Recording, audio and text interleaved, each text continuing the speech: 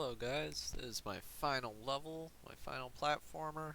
Um, just wanted to play it here. Just a quick note that I'm playing this in the regular Unreal. I would make it like a nice looking finish like preview in an editor window or something, but there's a little weird bug I've had in my game to where whenever I do it in a selected viewport or anything other than playing it how you'd regularly play the game when you're editing the game, um, my levels don't load correctly. So I'm going to do that, and I'll let the gameplay go through. I'm going to try my best to beat the levels without dying, but we'll see what happens.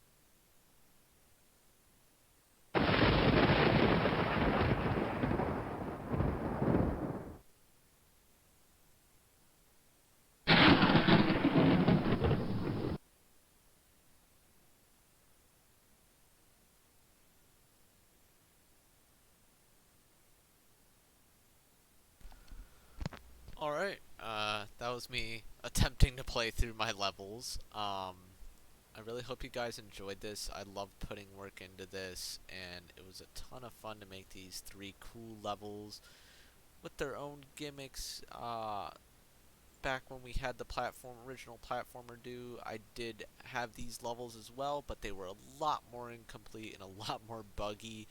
I'm not sure if people remember this little glitch where I'd have every time you would hop on one of these platforms, it was supposed to be on its own timer of 5 seconds.